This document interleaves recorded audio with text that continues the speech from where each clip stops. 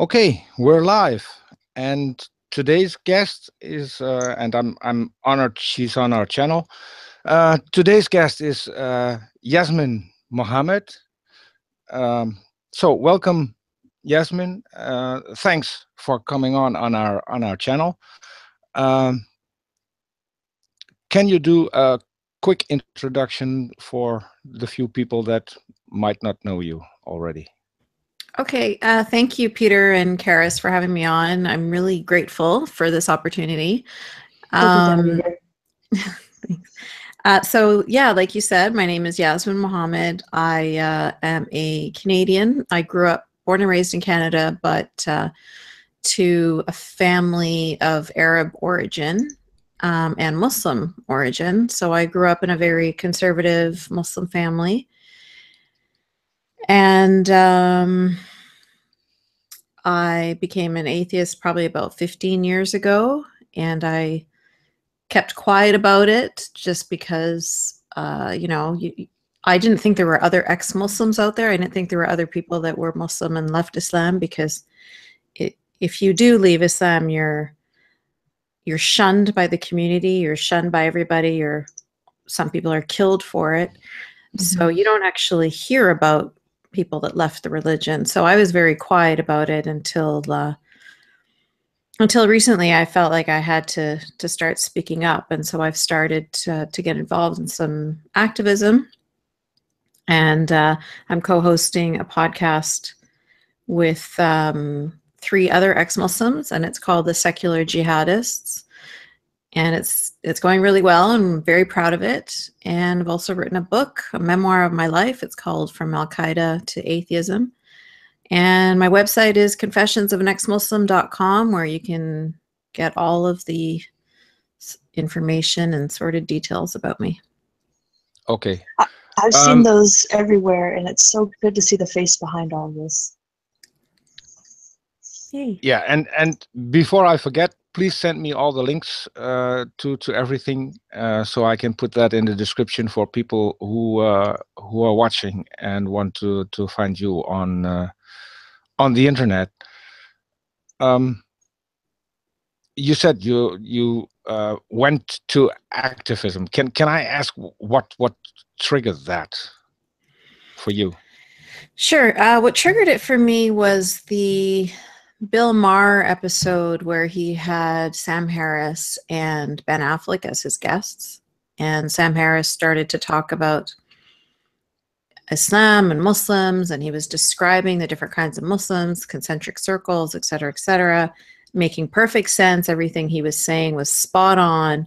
I was quite impressed as somebody from who grew up Muslim, that somebody like Sam, who didn't grow up Muslim, had such an intimate understanding.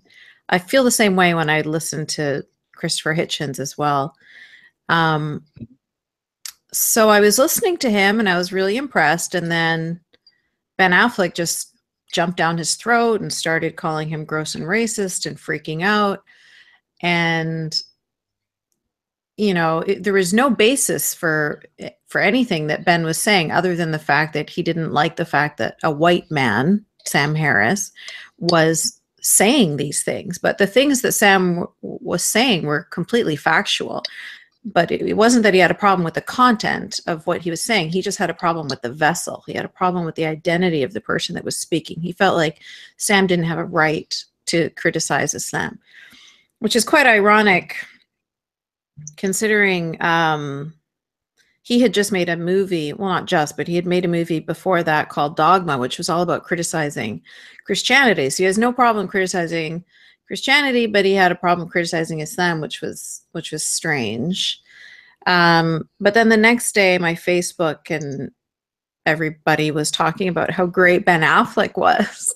And I was like, what is happening in this world? Ben Affleck is a complete, he made a fool of himself.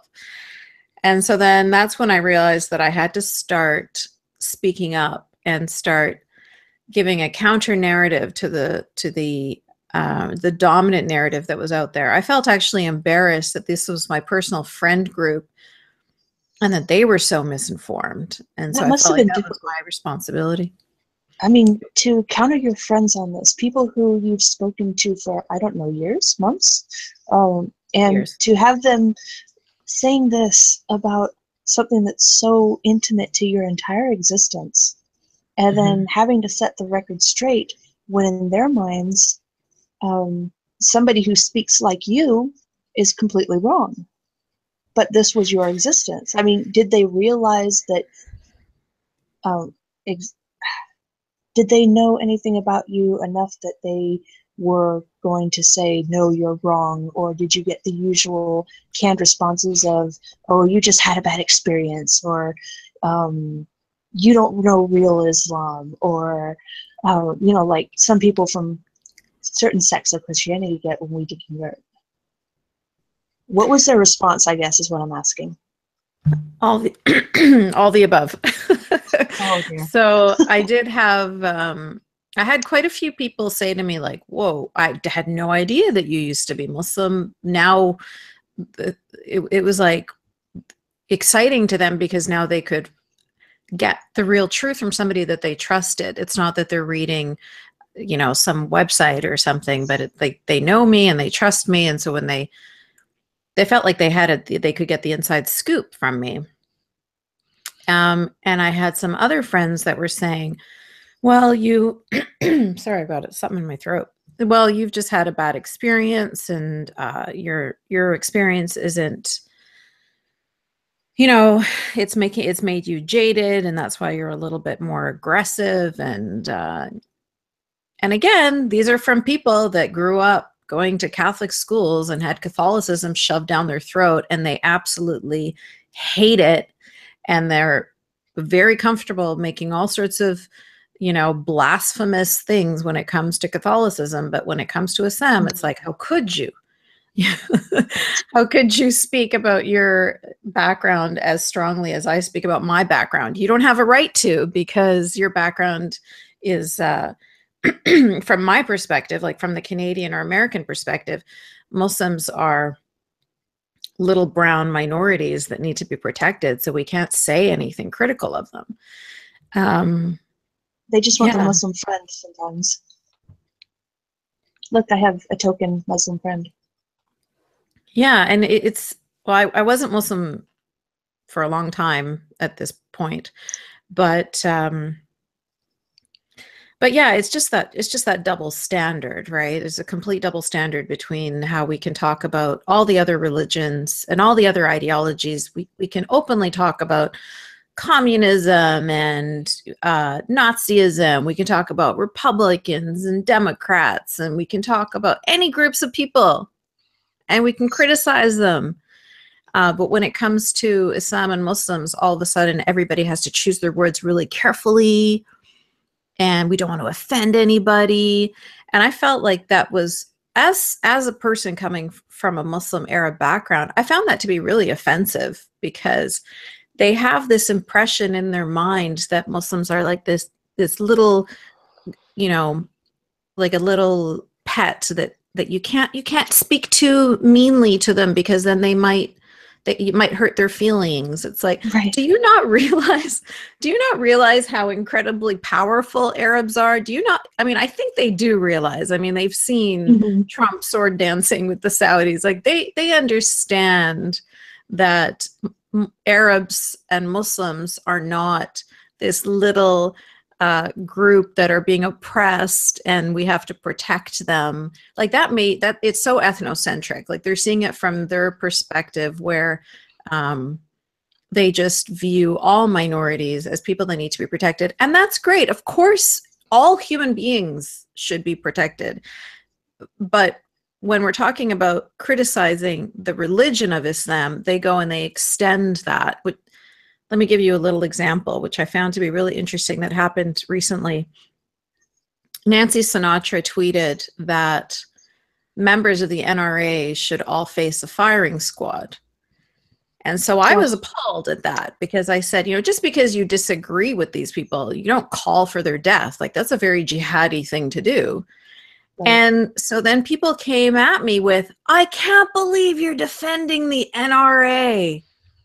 which is really What? interesting because the opposite happens too. And when I talk about Islam, people say, I can't believe you're criticizing Muslims. I can't believe you're being bigoted towards Muslims. So it really depends on their perspective. I haven't changed. I'm saying the same thing. I can criticize the NRA or I can criticize Islam, but that doesn't mean I'm going to call for the death of Muslims or call for the death of NRA members. Like, I'm being consistent across the board, but the people that are going to be criticizing me seem to have a agenda, and they think like, you know, how dare you criticize Islam, and how dare you criticize Muslims, and how dare you defend members of the NRA, you know?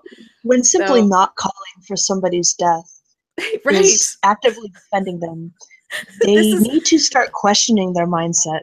Totally agree. Like, what, you just really need to realign your moral compass if you're going to start defending, calling for the death of people that you disagree with. But isn't that something that's a little bit more prevalent in the US? Because I'm from Holland, and so we don't have the death penalty here. Well, it's I very think prevalent in the Muslim world. That's my experience. That's my background. That's why it's so Yes, familiar. okay, To, yeah. That's why it's so terrifying but to me. yeah, but I was addressing the fact that you got attacked defending the NRA when someone is calling for their death. We would do the same, but it wouldn't be something that people would call you out on. It would be Here, normal. not so much. Yeah, and we talked about this in the short intake, and I think that has to do a little bit with how things are perceived. You asked about what happened with Theo van Gogh when he got killed in Holland. I think for us that was the first time that we were confronted with something like that being even a possibility, because we do have death threats. We're not that civilized, I guess, but they're not acted out. And with Theo, that was the first time we were confronted with something like this over a movie that I think at that point wasn't even finished yet. He did that with Ayaan Hirsi Ali. I think when that happened, mindset changed here, and it became not only let's care for the Muslims. Now it became a fear. If you do it, you put yourself at risk. Do you think that's? I don't know how that is in the US and in Canada, but I think you're right. And I think it's embarrassing, especially for the US, because the US is not known for kowtowing to bullies. That's not the American way.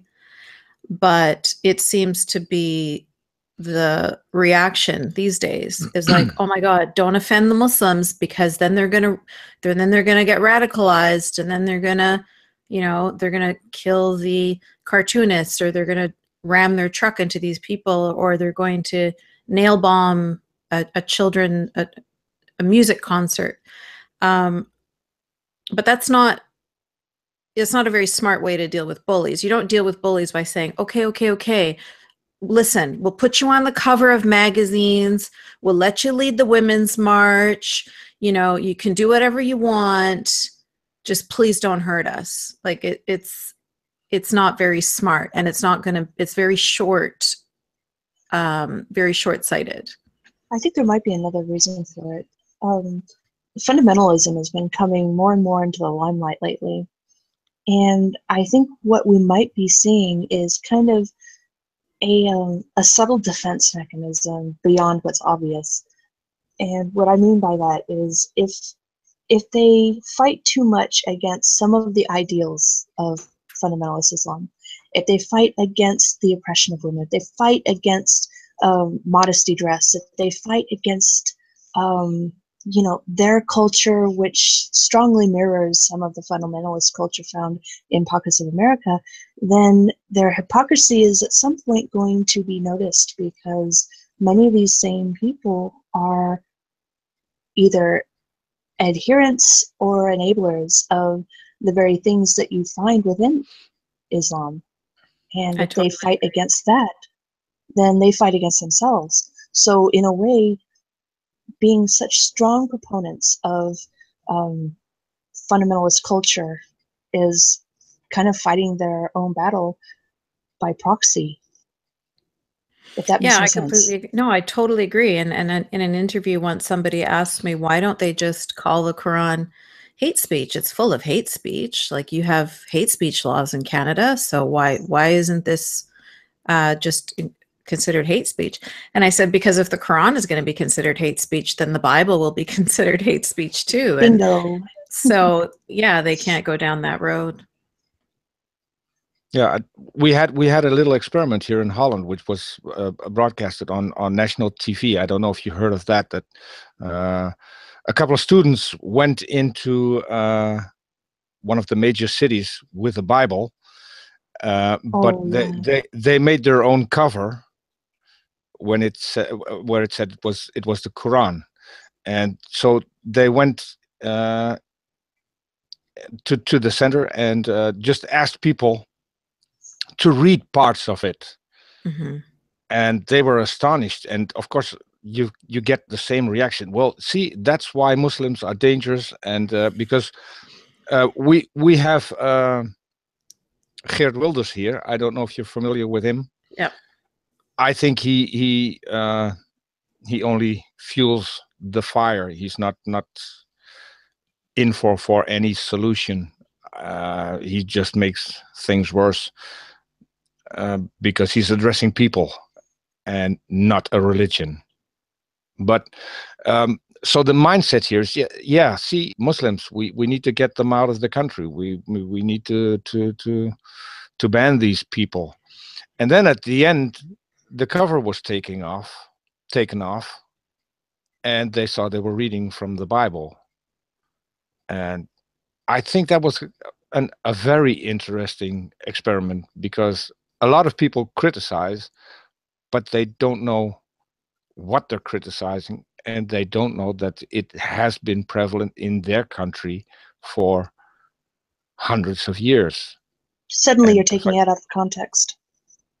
Yeah, that's pretty much it. But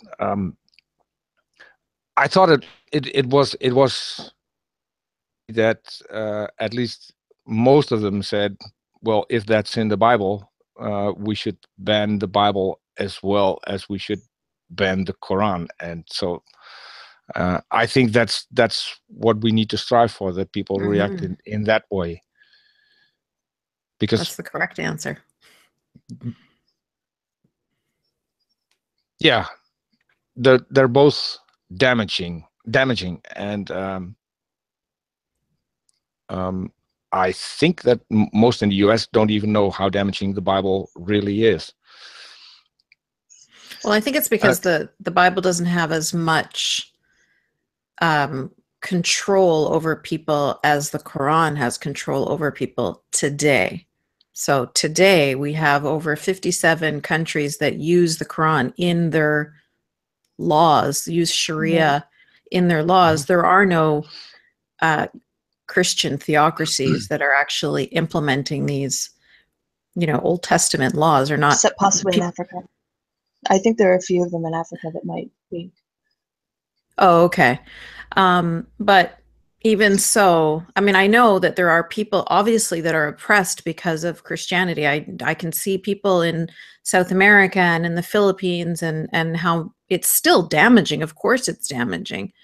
But I think when we talk about power dynamics, the power of Islam these days is a lot more powerful than the power of Christianity when we're talking about at a political level. Mm-hmm. Yeah, I think the best way to show that is what happened to Persia when they had the Shah. It was quite liberal, and if you see what happened, that regime fell. They pretty much went back to the Dark Ages. So, but that also makes it, I think, more dangerous to the rest of the world, because we still have to take into consideration that most of the oil is coming from those countries. So we're dependent on those countries, and I think that's what's even giving them more power, at least over the countries that are dependent on them. Yeah. So when you came out of Islam as a woman, especially during this election process that the U.S. just had, people like Ann Coulter, who's coming out against women and women's rights and women's lib. What is your reaction as a former Muslim who is married to somebody who worked for Al Qaeda? What is your reaction to somebody like that? Well, I'm not a fan of Ann Coulter. That's a relief. Yeah. And to be honest, I don't really follow her, so I'm not really sure what you're referring to right now specifically. It's not really a specific.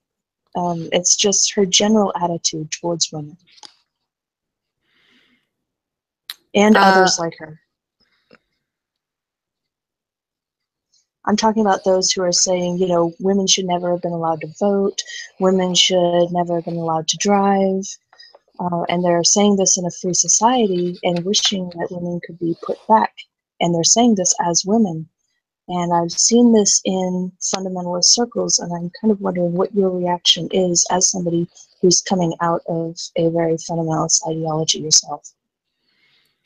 I think that there are certain people that when they say stuff like that, they're just not going to be taken seriously, because it's just we've come too far to go backwards again. We just got our freedom. Like women, we just got the right to vote like 100 years ago. So it's not like we're not even fully free yet. We're not going to give up our freedoms. But I do fear when I see actually what I fear more than that are the third wave young women that are coming out that are saying things like, we don't need feminism anymore. And they're not recognizing how incredibly fragile this is. I mean, you're talking about fundamentalist religions. Those have been around for over 1,000 years, right? They're established, they're strong. This new idea of feminism and equality, those are very young, fragile ideas. And I think that if our younger generations don't understand how important it is to fight for those freedoms, then it's, I think we're going to lose them. Yeah, very quickly. It might be setting it up for just for other things that used to be to take a foothold and just take it right back over. Yeah, I mean, it's not going to be, it's not too far-fetched. I think people underestimate, I don't know, I think when you're born and raised in the West and you have no inkling of what it's like as a woman to not be free, or to not have just a sense of agency, it's easy to assume that it's the norm or that it's the default. Mm-hmm. And I think that it's really scary. I feel like I want these women who talk like that to just travel to other countries and to speak to women that have lived in other countries and to recognize how incredibly privileged they are. I mean, when when you have somebody like Sally Cohen, who is a Jewish lesbian woman, so that's 3 strikes against her under Sharia, and she's one of the people that will be defending Sharia. And I don't know if, I think it's generally out of ignorance, but sometimes it's out of just narcissism too. So there were some people, like when women in Saudi Arabia in 1 year will have the right to go and get a driver's license. And so a lot of people were celebrating and saying, you know, this is fantastic. Women can finally drive in Saudi Arabia. And that is true. They'll finally be able to get their driver's license. They won't be able to get into the car without a man's permission. You know, they won't be able to leave the house without a man's permission, but at least they have a driver's license. So there's still a long way to go because they're still basically in an open air prison under guardians there. But anyway, we were celebrating the fact that these women can finally drive. And you had some American women say things like, oh, just in case you thought that you're better than Saudi Arabia because our women can drive here, don't forget that these white Republican men are the ones that are trying to control your uterus or whatever. And they just completely lose perspective. I had the same thing happen with Lily Allen, where she was talking about, you know, women here and women over there. It's the same thing. The difficulties that we face are the same.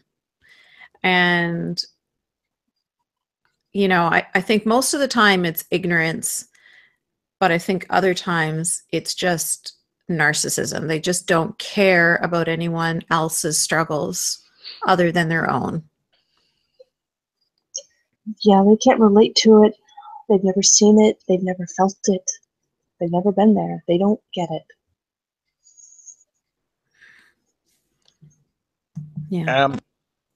In light of the recent changes in Saudi Arabia, and you already mentioned him, Raif Badawi. What do you think are the chances that there'll be more? Because it's just a small step. It might be a major victory, but in the grand scale, it's still a very tiny step, as you just mentioned, because there are a lot of restrictions to go with it that that make it just a tiny step. What do you think? How long will it take, and what will it take to get more progression in states like that? Well, I know we're not going to see it in our lifetime. I think that, you know, Saudi Arabia is a special case because it's an absolute monarchy. So, you know, the royal family is the royal family. It's a dictatorship. It's a theocracy. So when people try to speak out, they get killed, or, you know, they get beheaded, they get crucified. If they're lucky, they get imprisoned, like Raif. And even Raif was supposed to be lashed 1,000 times. Yeah. Right. So, I mean, it's barbaric things that you don't imagine are still happening in this day and age. Lashing a human being, and not just lashing him in the middle of a square that they call Chop Chop Square, because that's where you chop people's heads off. In the middle of a square in Saudi Arabia, where people go after their Friday prayers, after they're finished praying on a Friday, which Friday is the most religious day for Muslims, in the way that Sunday is a religious day for Christians. So after their Friday prayer, they go to watch somebody get beheaded or crucified or lashed, or, you know, their hand chopped off or whatever. So it's not, I mean, I would like to say that things could change if the people demanded change, but that's realistically in a place like Saudi Arabia. If the people try to demand change, they just get shut down very quickly. Raif is a really good example of that. And what's interesting, though, is a lot of the changes that he wanted, that he spoke about, that he felt like should be implemented in his country are actually happening. But he's still imprisoned for even talking about it. Because, I mean, he didn't ever say anything against the religion of Islam, but he was speaking up against the oppressive laws of his government. Mhm. He was speaking up for humanism and liberalism. But I don't know what it's going to take. They won't be able to do it on their own because the people will be killed if they try to open their mouth. The royal family is not going to ever give up any of their power. The only way it's going to change is if they get forced into it. So Saudi Arabia is one of the last countries to ever stop slavery, and that wasn't until the 60s. And that was only because of the extreme pressure from the West. And so you were talking about the fact that they have oil. Yes, they have oil. And yes, we want their oil, but they also want to sell us their oil. So because they want money. So there is a relationship there where we have some ability to put pressure on them. I mean, in Canada, we just made an arms deal, and I know UK does this and America does this too, billions of dollars arms deals with Saudi Arabia. And we could have at that point said, okay, but Raif Badawi, whose wife and children are here in Canada, you need to let him out of prison, and this is part of the deal. If you want our tanks and all the stuff that we're selling you, if you want to sign this deal, that's part of it, is that you have to send Raif home to his family. But we chose not to. And our prime minister said that it wasn't a priority. So I feel like we do have the opportunity right now of putting pressure on Saudi Arabia to change how horribly it's treating its citizens, but we just haven't come to the point where we've made that decision yet because we feel like we don't have to. It's not affecting us. Raif's situation doesn't affect us, but their oil does. Absolutely. At the end of the day, it's the money, and if we can still make the deal and without including political prisoners, then why complicate things? Well, there's another thing what I'd like to say, because we have the European Union, and if a country doesn't respect human rights, they're not able to join the European Union, which I think, for one, is a good rule to have. What strikes me is that a lot of people don't even know what's going on there, and I'm one of them, because I only recently started digging into what happens over there. I saw the terrible things. I saw videos of what happened there. So, and what struck me is that no one in the Western world actually knows what's going on, that people are getting beheaded, that people are getting lashed, that people are getting crucified in what we think is a country that's civilized, our ally. that we can sell them weapons. Mm-hmm. Unfortunately, they do know. They don't have the excuse of ignorance, not most of them. They're very aware of the executions that are happening, the barbaric methods. I mean, even if you do believe in capital punishment, the methods being used are beyond barbaric, and people here do in fact know about it. But nobody's saying anything. The politicians who are making these deals most definitely know about these things, but they're choosing to turn a blind eye to it and to just make the deals anyway, to continue to keep Saudi as their ally. I think that the people in general maybe weren't aware, like you were saying, you didn't know until you started to look into it. That I completely, of course. It's kind of a horrible thing to say, but The fact that, so it's like in North Korea right now, a lot of people don't understand how bad it is for them over there, and it doesn't affect our lives, so we don't really think about it that much. But the only reason why people are thinking about how horrible Islam is and how terribly it treats people in Muslim countries is because the shit has spilled onto our shores. So we have no choice but to address this problem. So in some ways, people in Muslim countries that have been oppressed for generations are, I don't want to use the word grateful, but I don't know how to put it in the way to describe to you that they're feeling like, well, at least somebody's noticing now. At least our Validated. Yeah, like people, all of the things that have been happening to all of these people for so long and nobody gave a shit. And at least now, because the jihadis have spread across the globe, people are forced to pay attention and are forced to notice, hold on a minute, how did these guys get so powerful? How did these guys quietly get so strong?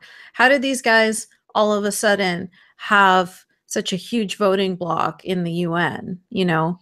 And so it's with every, you know, every rose has its thorn kind of thing.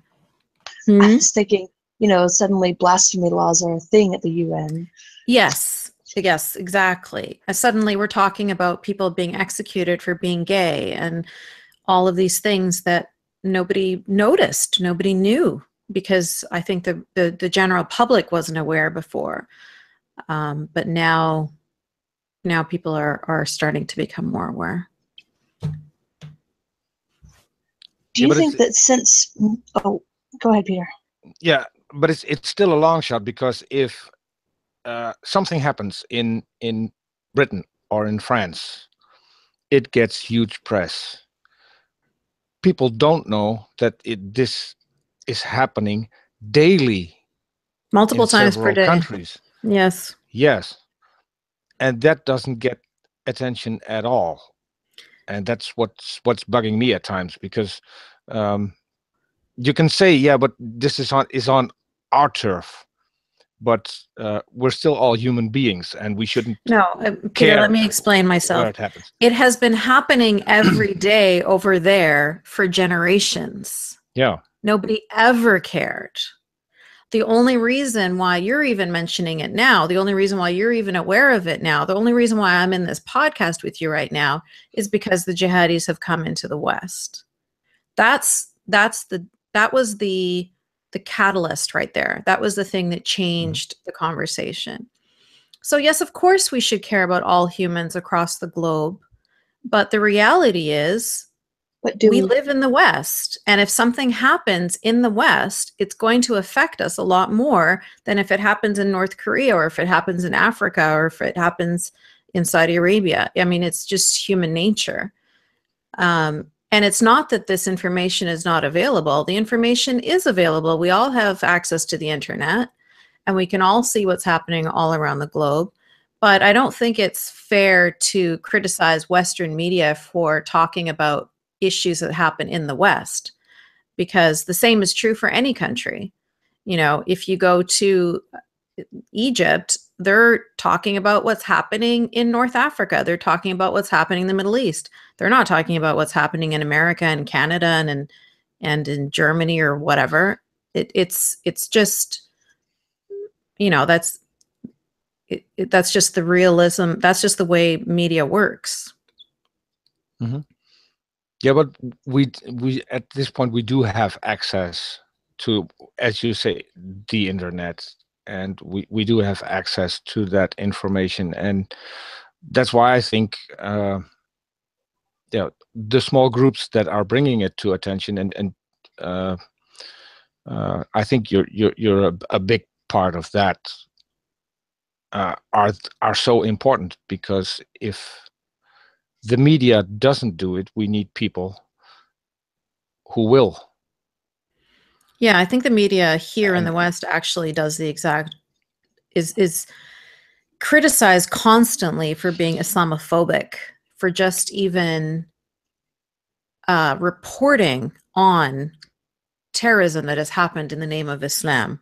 They get deemed, you know, Islamophobic for reporting on the news.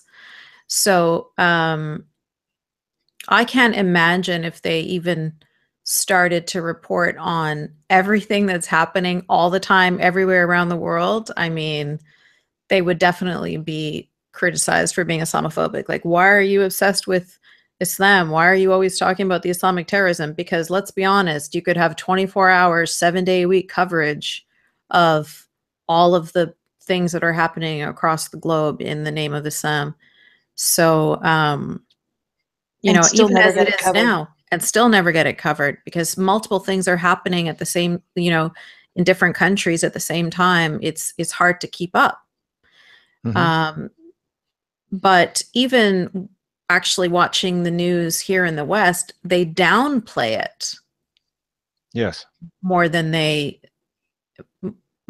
honest about it, and they're still being called Islamophobic. Yes, and that's one of the things that bugs me, that no one is honest about it. That they have to be so careful when they bring the news, and I don't see any good reason why that should be. I recently spoke with an Islamic girl from Holland on a British channel. Someone invited me over on a British channel, and he had an Islamic girl who was from Holland, and I was even a little bit surprised about some of the opinions that she had.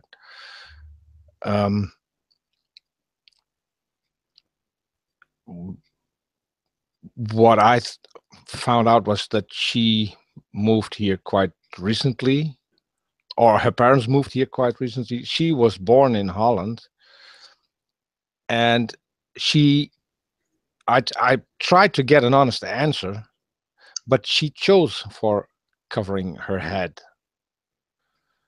So to me, at least, that's a sign that at least the power is still there. But I couldn't get that. She grew up without it. She had the it was possible for her to go out without it.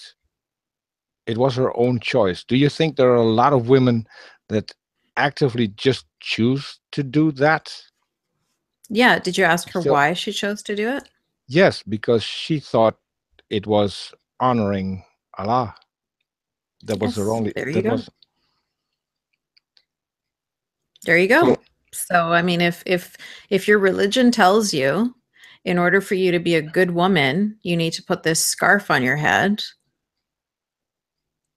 people that adhere to that religion are going to put a scarf on their head because they want to be good people and they want Allah to, you know, put them in heaven.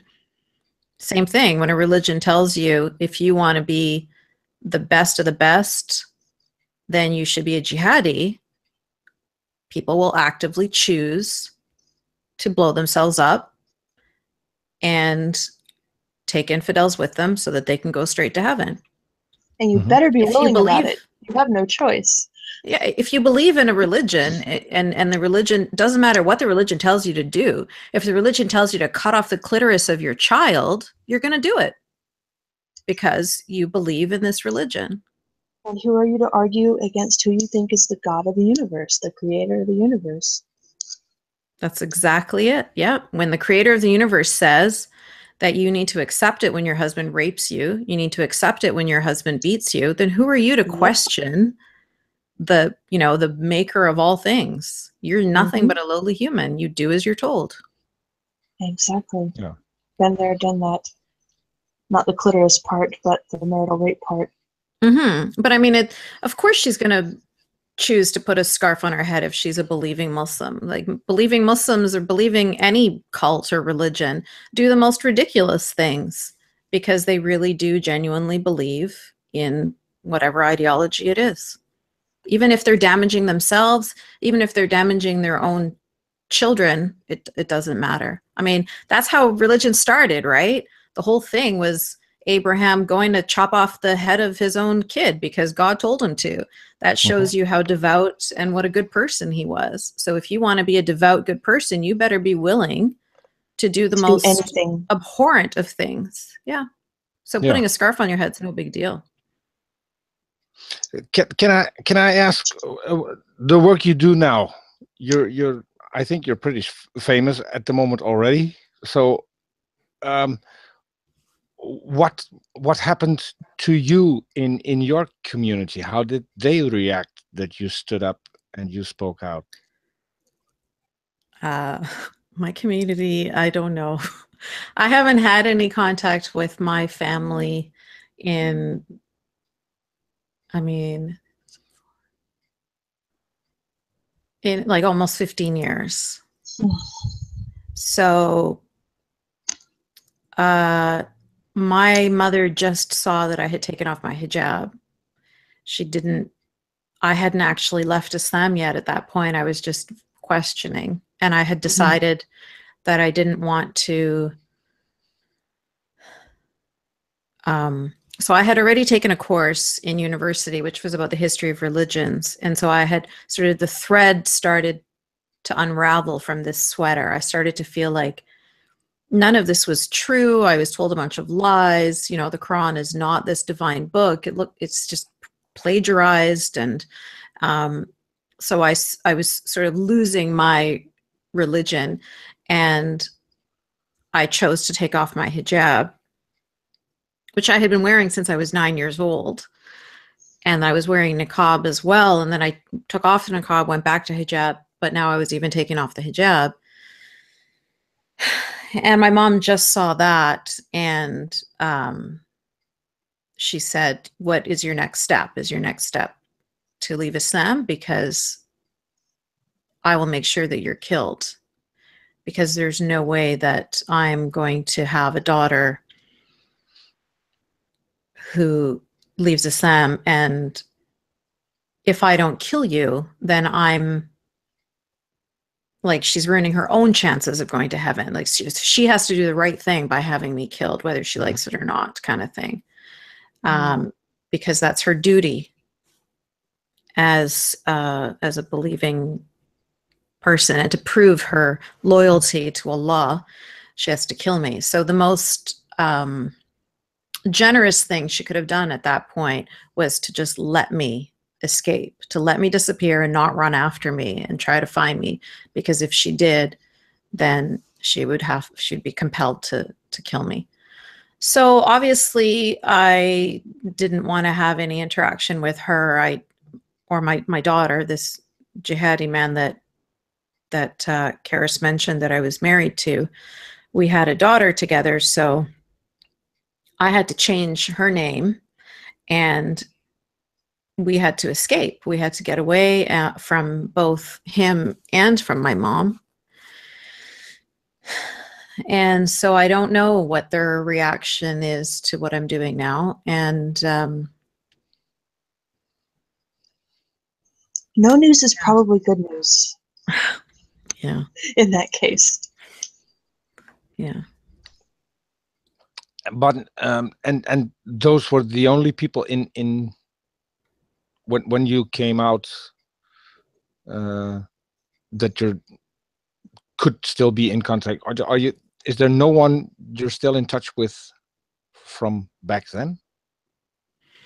No, when you leave Islam. Generally, the more conservative your family was, the more fundamentalist it is. And Charis, I'm sure you will relate to this. When you leave, it's like leaving Scientology or whatever. You're excommunicated. You're not part of the group anymore. You're not part of the community anymore. You are, especially if you're an atheist, you are the most disgusting of human beings now. Like you're a non-believer. Like it's like the only thing worse than being a non-believer is being a Jew to a Muslim. Well, right. No, my own mom talks about, what I've become. you know, what I've become, like a coffee drinker. Yeah. Yeah. What have I become, Mom? Yeah. Yeah. Like, so they don't want to have any interaction with you. And I'm happy with that. I don't want to be, I'm not going to look to find people in my life that are going to be viewing me as something disgusting. Do you know what I mean? Like, why would I want Yeah. to bring that into my life or into my children's lives? So You're a tool of the devil. You're yeah. In Christian lingo, you're wheat and tares, you're the tares. Sheep and goats, you're one of the goats. You're one of them. You've been themmed. Well, And I'm literally fit to be killed. If any Muslim kills me, then they're doing their duty as a Muslim. They're not, it's not a bad thing. It's a good thing. yeah, it's not a criminal thing. No. It's a feature, not a flaw. We do have a question from the chat from someone who just joined. As I said, some people might not know your backstory. Can you tell me your parents are still in your home country? Where do they live, or are they in Canada as well? So, like I said, I haven't had any contact with them in a very long time, so I don't actually know where they are right now. But I was born and raised in Canada, and I went to Islamic schools here, and I wore hijab here, and I was married to a member of Al Qaeda here, and everything that about my story happened here in Canada. I have lived in Egypt, which is where my mother's family is from. I lived there for a few years, and I've lived in other countries in the Middle East, Sharia countries. I lived in Qatar, which is next to Saudi Arabia. Mm-hmm. So I have experience living in Muslim countries. When I was in Egypt, I was a Muslim, but when I was in Qatar, I was not. So if you're a non-Muslim living in a Sharia law country, you're not subject to the same laws as the Muslims there, as the nationals. So I was very careful when I was living in that country to never mention that I used to be Muslim. And yeah, very Apostasy. careful. Oh yeah, because there the punishment is death. That's the legal punishment.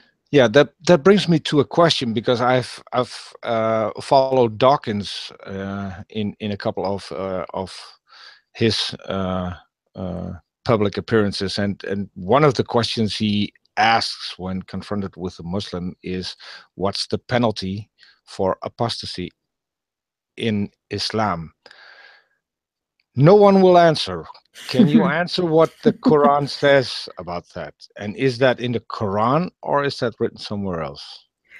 So Islam is based on two things. It's based on the Quran and Sunnah. So Sharia, which is the Islamic laws, are based on Quran and Sunnah.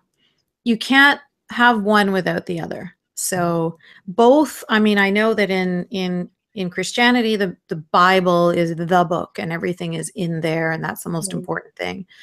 But in Islam, it's not just the Quran, but it's also the Hadith. And the Hadith are basically, so the Quran is the book that theoretically, supposedly, Allah dictated to angel Gabriel and he said, you know, pass this message down to Muhammad. He's in a cave here in the Middle East. Tell him I said this.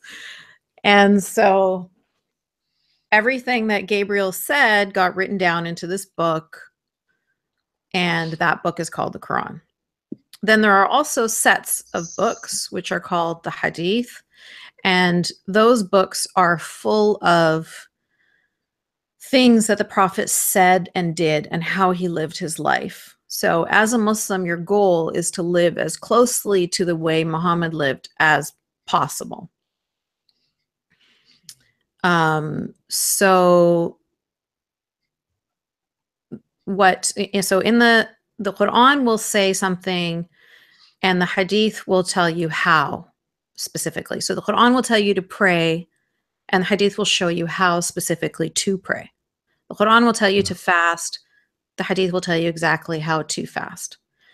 So to continue on with your question, the Quran says that non-believers should be killed and he who leaves his religion should be killed. And then the Hadith will tell you how, which is thrown off the highest building. You mentioned the Sunnah. Is the Hadith the Sunnah? Is that what you're referring to? Yeah, sorry, I use the words interchangeably. They really are. Sunnah just means what the Prophet did, how the Prophet lived. And the Hadith are the books that tell you what the Prophet did and how he lived. Okay.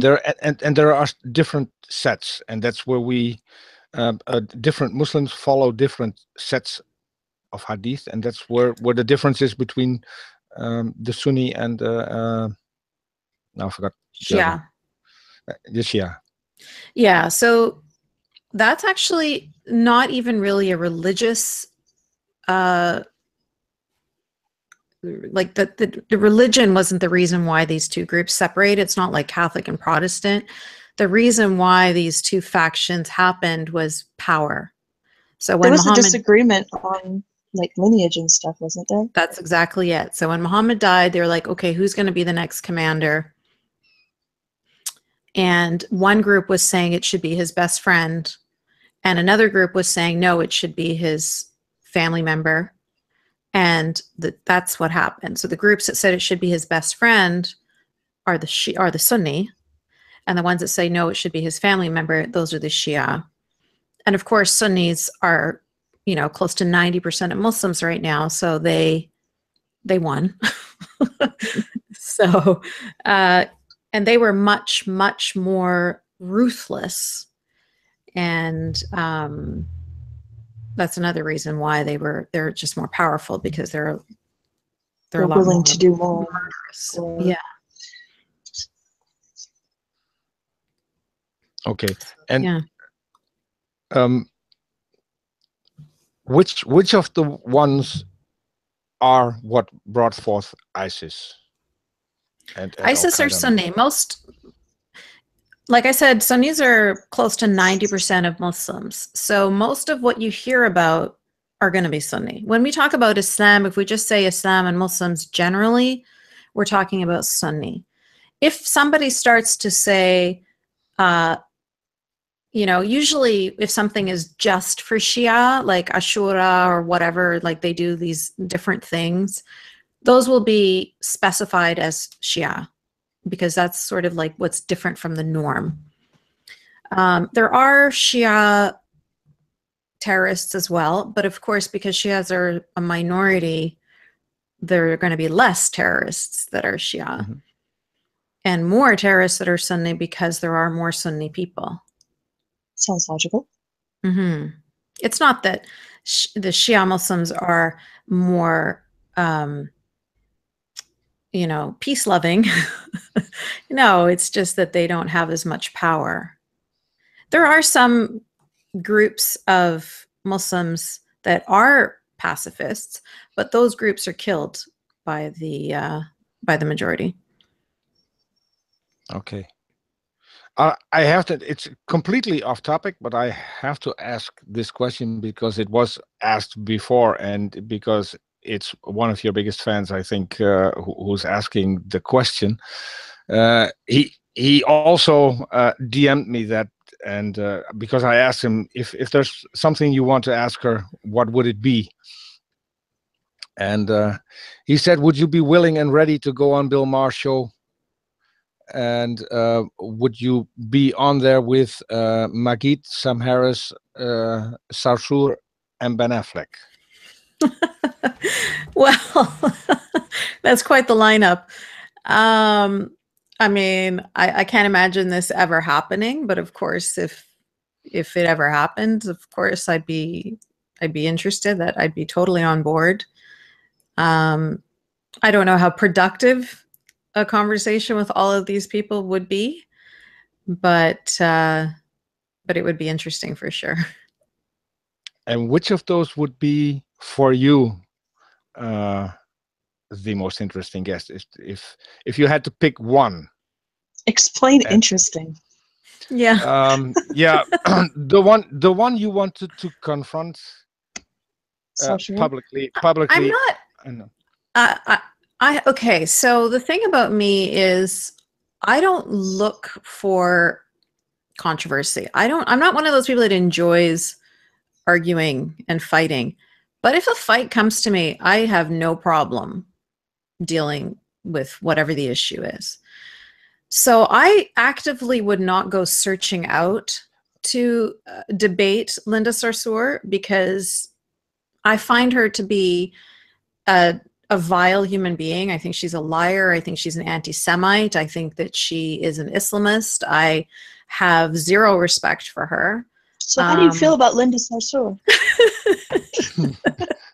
Yeah, I don't have a problem, No, really, tell us. Yeah, so I'm always going to be honest about that. Right.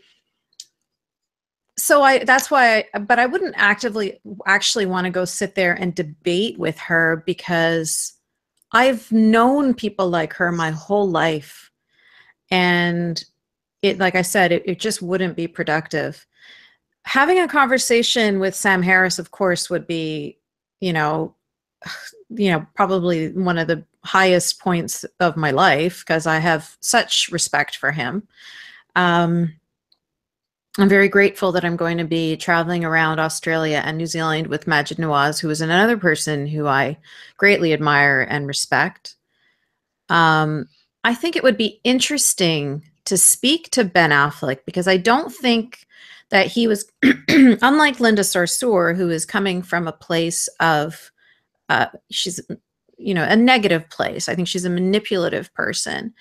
I think that Ben in that day was coming from a place of ignorance, and probably, I've said this before about bleeding heart liberals, that their heart is in the right place, but their mind is not. So Richard Dawkins also has a really great quote where he said that their minds are so open that their brains fall out. So I think that's where Ben Affleck was coming from. I don't think he's a bad person. I just think he's completely misinformed and trying to be a good person. So I would be interested in talking with him and trying to get him to see the hypocrisy in his in the way that he was dealing with Sam, versus the way when we talk about Islam, how he doesn't talk. He's okay with talking about Christianity in that way, but not about Islam. And so I want him to see that. So I think it would be an interesting conversation with him that could be potentially productive. Well, that I was trying to rephrase my initial question, not using the word interesting. I think Charis will vouch for the fact that me being Dutch and English being not my first language, I still struggle with words at some point. And commas. I might have and commas. My question should have been is, if you had the chance to go on a major TV show like the one Bill Maher has, what would you like to address? And I think you just answered that with the Ben Affleck part of your answer. Well, if I had the opportunity to talk about anything I wanted, and those weren't the panel, like if I wasn't having to speak to Ben or whatever, then my main topic that I would definitely want to address is women in the Muslim world. Getting the information out. And then to talk to feminists here in the West and let them know that it's okay to criticize when you see misogyny happening in another country to other women. It's okay to criticize that. It's not racism. It's not misogyny. Or sorry, it's not racism. It's not bigotry. It's actually being a humanist. It's actually being a liberal. It's actually being a feminist. So if you're going to stand up for your sisters here on the same shore as you, you should be standing up for your sisters anywhere undergoing any kind of oppression. I haven't seen their response to people in places like Saudi Arabia, the women there who are standing up for women's rights and taking the heat for it. I don't see them voicing their support for those women who are being feminists within a very patriarchal society. Yeah, and that's partly because a lot of Muslim Western feminists will tell them to shut up and mind their own business and to look at their own problems in their own backyard and not to, you know, they're trying to deflect, you know, why are you looking at Saudi Arabia? Why are you looking at Iran? Look in your own backyard. Look at all the manspreading that's going on in subways. Pay attention to that. Forget the fact that these women are getting arrested for not putting a scarf on their head. That's none of your business. Let them deal with it. I mean, Monal Tahawi basically told feminist women to sit down and shut up. She said, this is our problem and we're going to deal with it and we don't need you. And that was the shittiest thing she could have said. She's betraying all of these women. What's wrong with getting more support? What's wrong with getting more help and more voices to yell out in this chorus and say, we should be addressing this problem here? Why would she say to other allies, I don't like the color of your skin, so I don't want you to join me in this fight? I mean, it's absolutely ridiculous. So a lot of Western feminists, because they have been told by Muslim women to back down and shut up, they're doing that because they feel like they don't want to overstep. But at the end of the day, we're all human beings, and I don't care what country you come from, and I don't care what color your skin is. We all know the difference between right and wrong. We all know the difference. We all understand oppression. We all understand misogyny, and we can all speak out against it. Yeah, I think I fully agree with every word you said right there. I have another question from the chat. Also someone that I speak to regularly and someone who visits Saudi Arabia regularly. We recently got into a little conflict because he told me people who are living there are all quite happy and there's no problem. They're terrific They better people. be happy. Even when they disagree, he's a fundamentalist. He's a young Earth creationist Christian, and I had a very hard time believing that because maybe the people that he's talking to tell him that everyone's quite happy in a regime like that, but I don't think that's the reality. What can you tell us about it? They're happy First of about it all- on pain of death. They better be happy about it. Is this person an expat? Because I'm guessing they are. No, he lives in the UK. Uh-huh. But he's he not lives in he's not a Saudi, he's an actual Saudi national? Like No. that's his citizenship? Yeah. Okay. No, he's British. He is from Manchester. So Okay.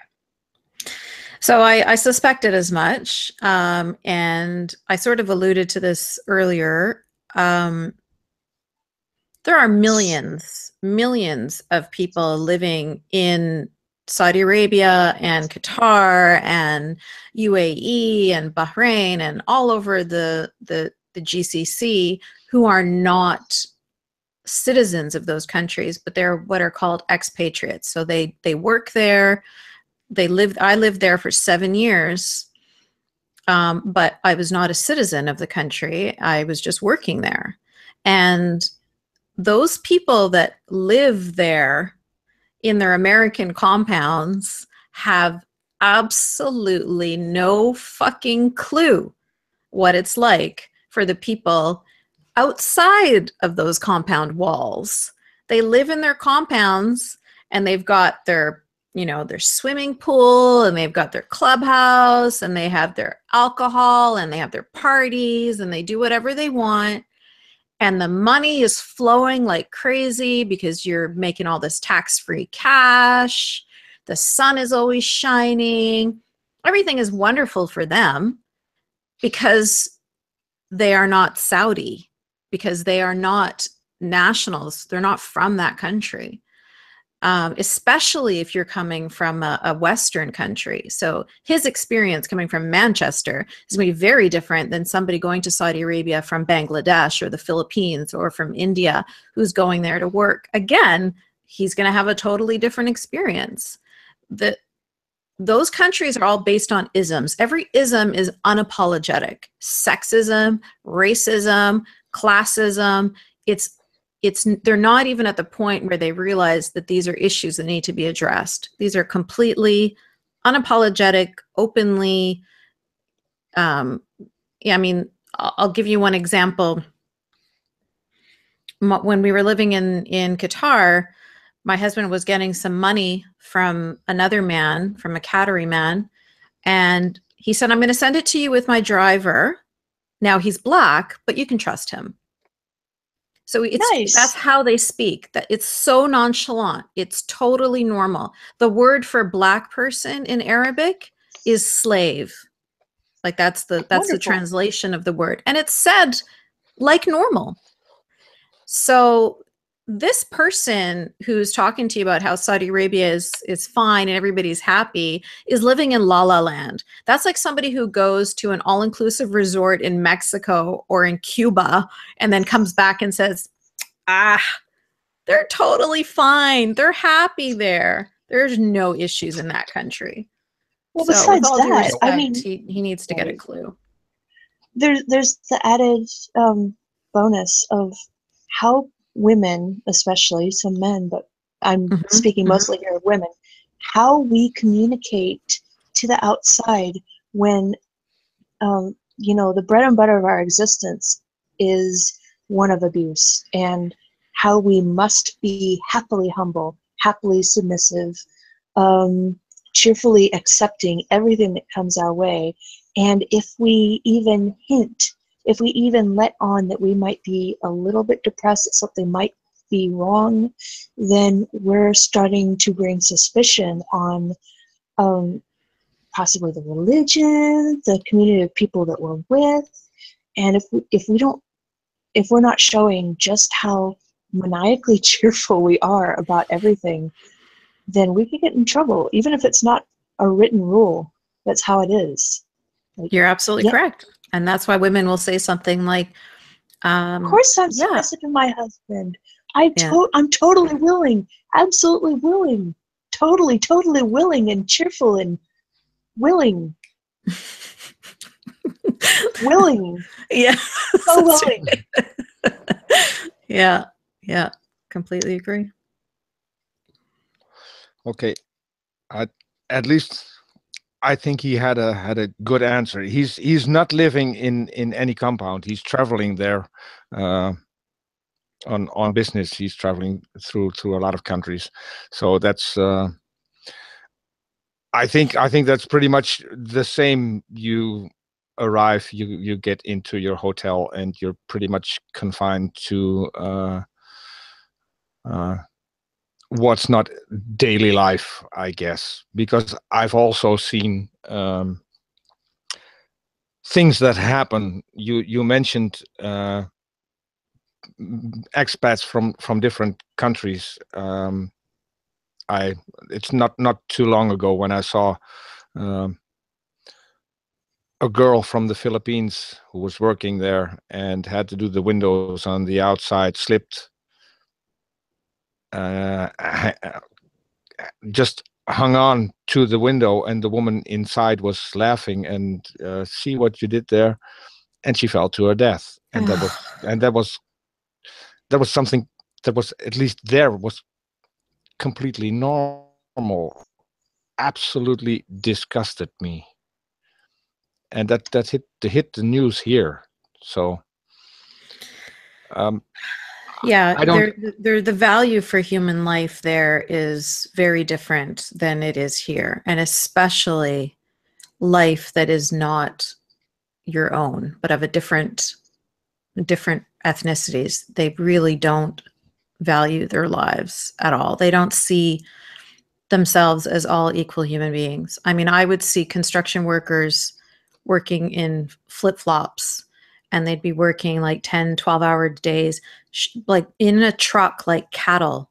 I mean, these are countries where it can go up to 50 degrees Celsius. And they're just like, so it's when you're out without air conditioning, just walking from the building to the car, you feel your skin sizzling. And these are people that are out working in this heat all day long. I mean, the stories are all over the internet of them calling people, telling you the stories of how they're living and how terrible it is. A friend of mine was working as a paramedic instructor there, so he was teaching. I don't even want to tell the rest of that story. Sorry, it's a really horrible story. But like, really, the most atrocious things happen to people there. I'm sure you guys have all heard how many people were dying as they were building the buildings for the 2022 World Cup, and how many people are dying by the thousands because of their just zero respect for human lives there. Do you think that is directly a religious problem, or is that a cultural thing? What do you think? Where do you think this might stem from? Well, like I would tend towards Islam, but yeah, it is. I mean, especially when you talk about Arabs, it's hard. The difference between culture and religion is very slim. Like, you can see the difference more readily in other countries or in other cultures. Mm-hmm. But Arabs and Muslims, unfortunately, have been mixed for so long. But yes, Islam does not teach you to value life on earth. You don't have anything to live for. You have everything to die for. Everything is about that. You can, the world here is, they talk about it like, people say it's like a stopover. You're just here for a little while, but really it's all about the afterlife and where you're going to go for eternity. That's what really matters. This life doesn't really matter. It's insignificant. Your life is but a wisp. Yeah. So, I mean, they don't wear seatbelts because they're like, if I'm meant to die, I'm meant to die. It's written. It's what Allah wants, So the kids don't have car seats? Yeah, no, they're sitting on their lap with the airbags or whatever. They're just like, it's God's will. So there is definitely a religious component, but then it has seeped into the that's just the way they are culturally now too. And I mean, it is less of they care less when people that they view as lesser die. So construction workers, foreigners or whatever, like, they're not going to lose any sleep over it. If it's going to cost them that much more to buy these guys steel-toed shoes or to teach them how to do their job before they send them out to do the job, then they're just going to save the money and throw them in the job. And if they get killed, they get killed. I mean, it's Allah's will. What are you going to do? Right. So they're not so much necessarily into protecting possibly their own, like, they don't necessarily, I'm saying they a lot, but they don't really take into consideration that many of these construction workers may be Muslims. Oh, yeah, they know that they may be Muslims, but I mean, they're very careful. Like, when we talked about the Philippines or Ethiopia or whatever country, if it has other religions in it, they're only getting the Muslims from the Philippines. They're only getting the Muslims from Ethiopia, especially if they're going to be working as drivers or nannies or cooks or cleaners, especially if they're in their homes. They want to make sure that these people are Muslims because they don't want any filthy non-believers in their homes, right? Extreme vetting. Yeah. But less so when it's something like in a corporation or in a school or whatever, where you're not in their home, but you're just working for them, and then you go to your compounds, then they're not as worried. But yeah, the priority is always to hire other Muslims. But yeah, it doesn't matter. At the end of the day, this ism, this classism, there's a hierarchy. Okay, it's a very, very clear hierarchy in these countries. At the very top, you have the Arabs, and not just all Arabs, but like, say, if I'm talking about Qatar, so I'm talking about Qatari nationals. So the royal family is there, and then under that, there's like different tribes, right? Mm. But basically, they're at the pinnacle, at the top of this pyramid. Literally tribalism. Yep. Literally, tribalism hasn't changed. It's still the same. I mean, the hierarchy is still there. As Westerners, we're pretty high up. But, you know, if you're a Westerner, like a friend of mine, his family is from India. He's born and raised in Canada, but doesn't matter. He looks Indian. So even though his passport's Canadian, when he's walking in the streets, he looks like an Indian. And so he gets treated as such, you know. A friend of mine, she's, you know, blonde, blue-eyed, and her husband is from Hawaii. So he looked sort of maybe Indonesian or something. They weren't really basically low on the scale. He's not white like her.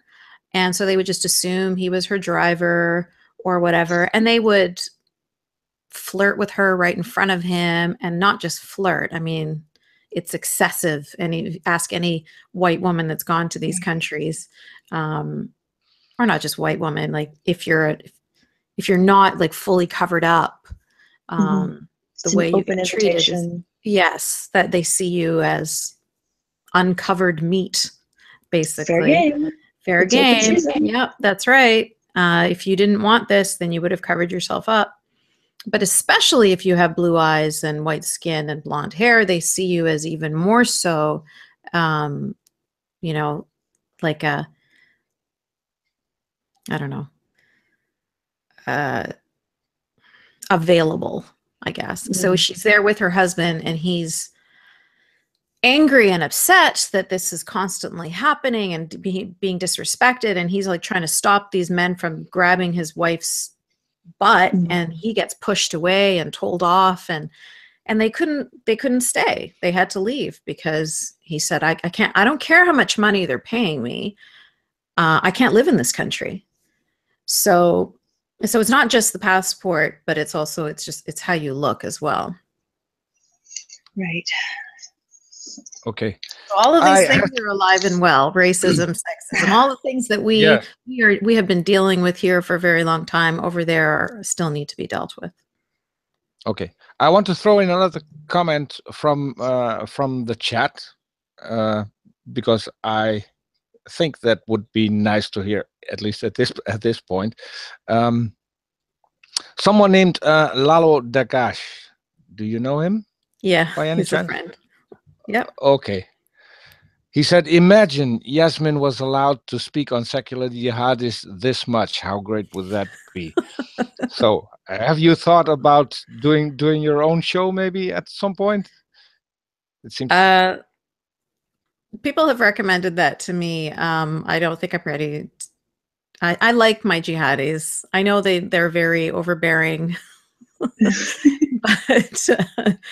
but I'm happy with the podcast. So I won't be doing anything like that soon. I can definitely understand. Well, it's kind of like being in, like, say, a quartet. I mean, it's one thing being up there on stage with 4 people, but when you get handed the sole mic, that changes things. I don't know if it's the same for you, but just being the only one hosting a show. Yeah. No, I like we all have different perspectives and different experiences too. And so I like to hear, like, I don't want to always just be talking about my experience and my perspective, but it's nice to hear different people's perspectives too. And that's why, I mean, I love it when we have guests, because then we get to hear what they have to say, but I also like to hear what my co-hosts have to say as well. So it keeps it interesting. I think it's both interesting for me and interesting for listeners to get a variety of perspectives. Yeah, we can kind of relate, me being from the Midwest United States and him being Dutch. Him being a lifelong atheist, me kind of not. And I can relate even more. I started this channel and I bumped into Charis on Twitter. We had conversations there that resulted in a conversation on YouTube, and that was part of a bigger conversation that we had that day. And that's when I asked Charis to come on my channel as my co-host. I still have to be careful to call it my channel, because I think it's not my channel anymore. It's now our channel, and so I have the same. I'm getting a beer. Not, no, you're not. I like having her on and giving her perspective, so I can at least relate to that. It makes it more worthwhile, I think, having more perspectives and having different people who can come up with different questions. Just so you know, the listeners are having a fight over who is the bigger Yasmine fan. Aw. Is it Ron and Lalo? It's NBJ. Oh, okay. And there's another one, Omar Assam. Oh yeah. He was a guest on our podcast just last night. So that episode should be coming out soon. Fascinating. He's from Egypt, and he gave us the inside scoop of everything that's been going on over there. Okay. Charis, yes. you didn't want to have the mic open. Any questions from you we forgot? I had a lot of questions, but there were about 1,000 topics going on, and it had to do more with women's stuff. And it was, it's one of those things where once I start asking, we could take another hour. So not for the moment, maybe for another time. Okay. I do have a question that came from the chat, and maybe I want to work a little on that. If you would have the opportunity to do a major TV show, and you had to choose a guest you wanted to talk to on that one, which one would it be and why? And what would you be talking about? I think the guest, is it alive or dead, or just alive? Is this hypothetical, or is this a real? We're taking guests dead or alive, folks.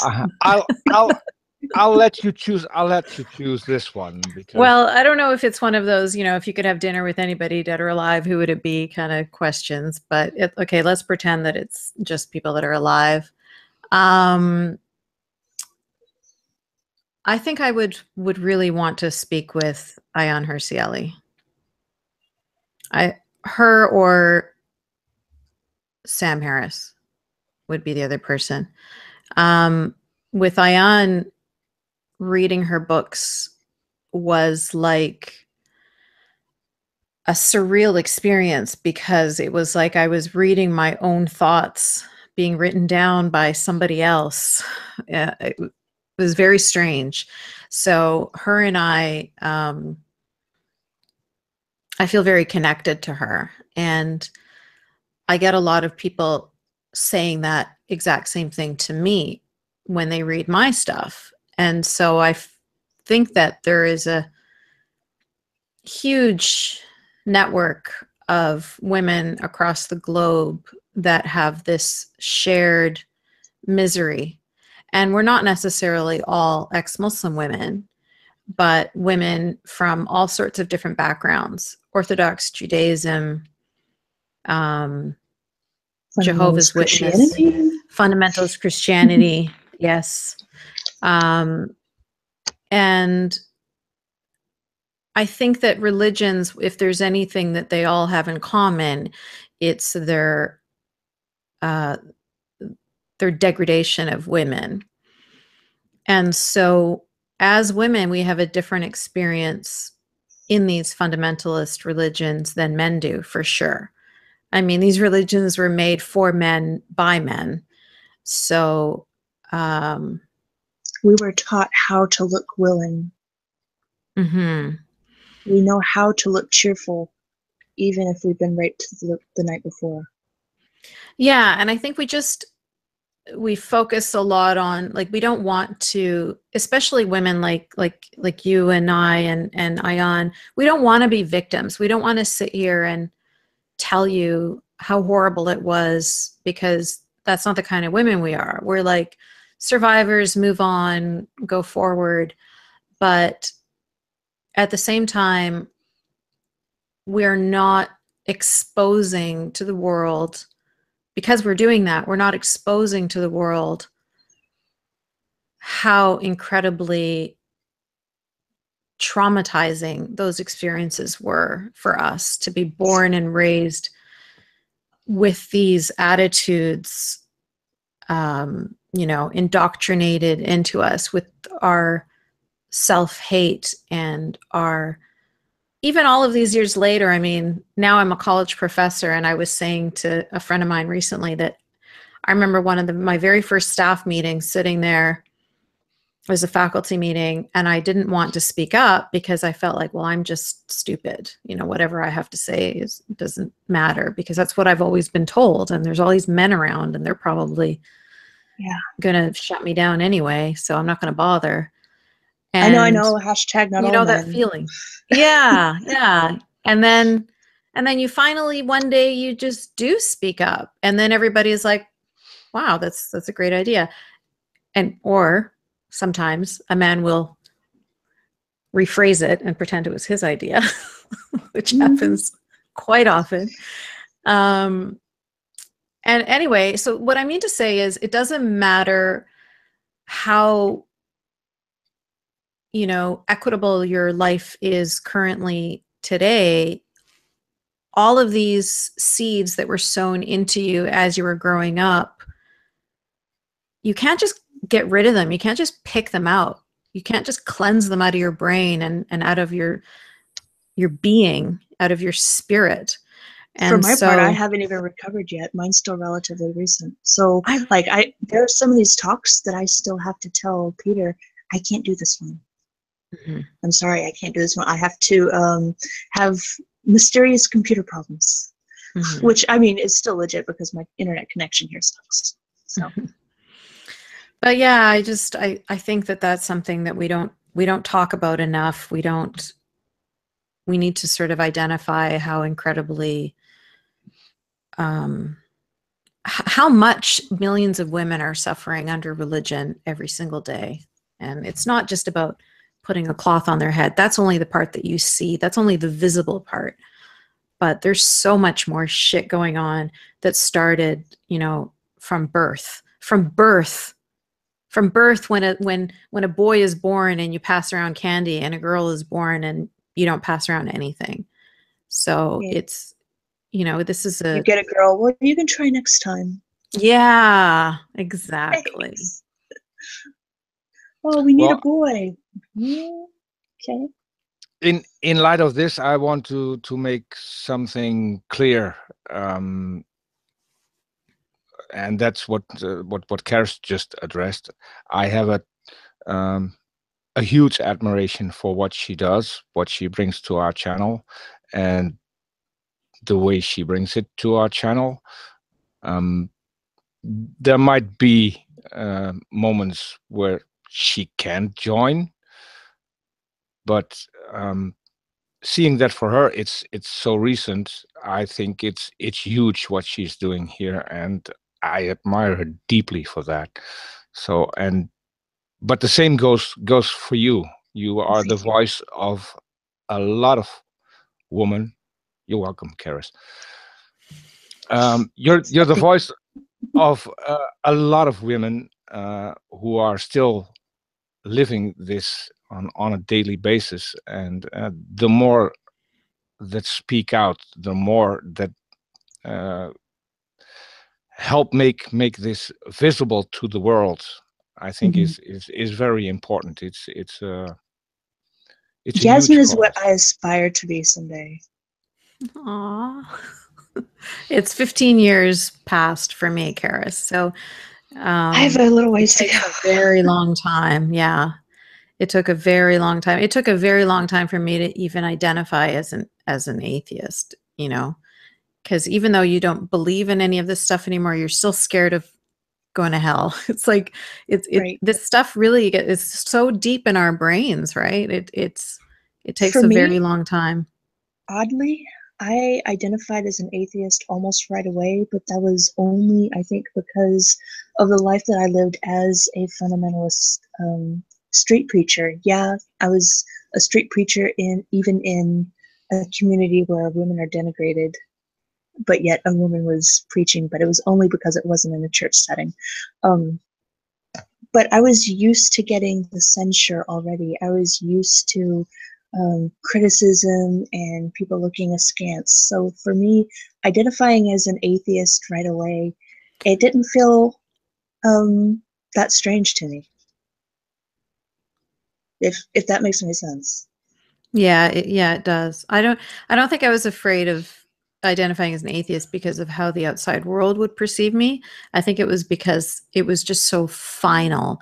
Like if I still pretended if I still pretended that I was agnostic, like, well, maybe there is a God, then if I died and it turned out I was wrong, then I could be like, well, I didn't Right. like fully say you didn't exist. I just said I wasn't super sure. But, you know, it reaches a point where I finally had to just be honest with myself. And it's actually really liberating to finally just like let go of that, say like, what is wrong with me?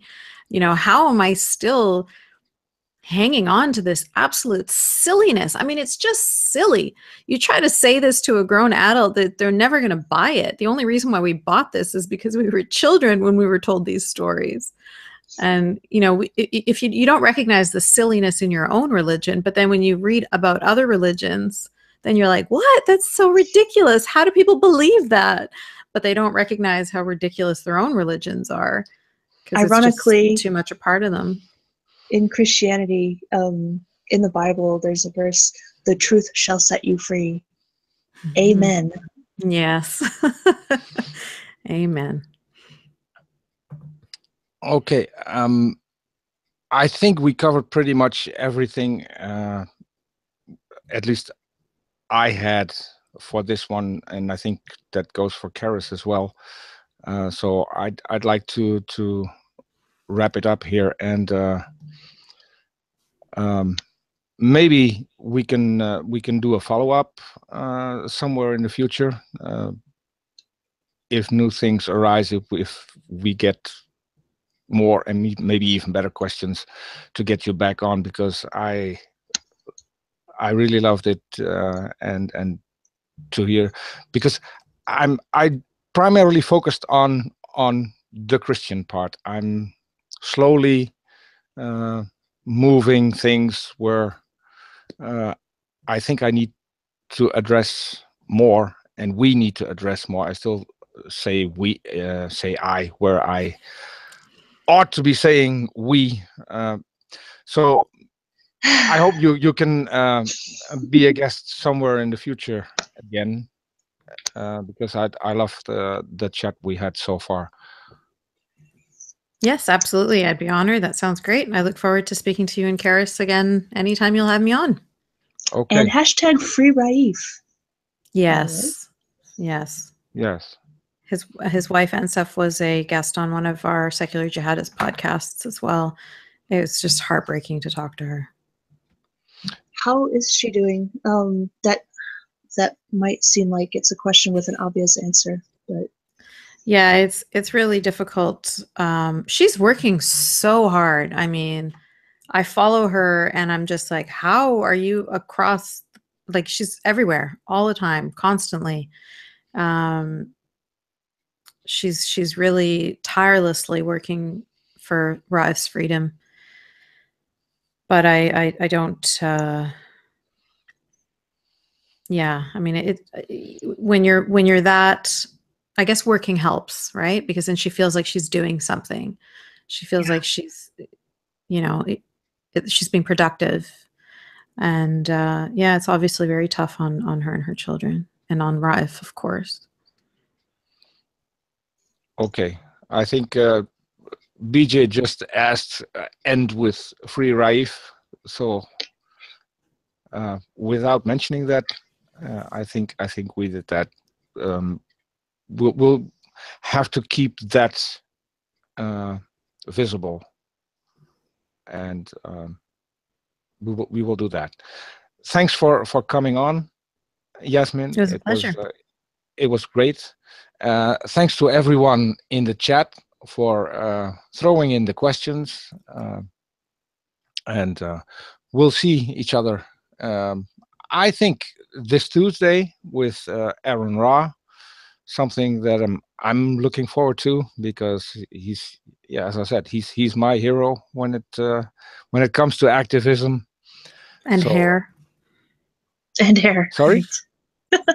I said. She said and hair. And hair. He's your hair hero. Yes.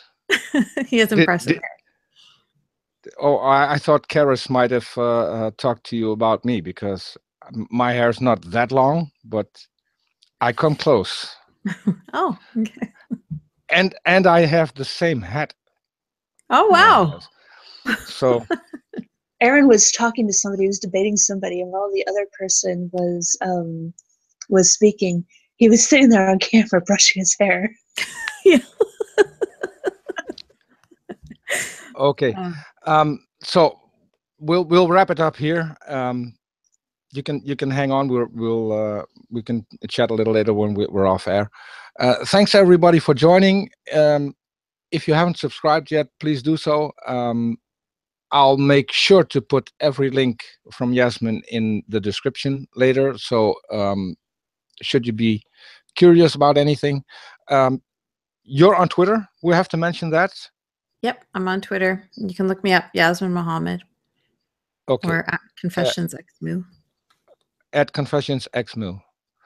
I'll make sure, at least to my followers, that I'll tweet it out again. I did mention them in all the tweets that I have done so far. So people should follow you, and as I said, we will put every information here as well. Thanks for being here, and see you all next time. Bye-bye. It was great having you. Bye. Hi.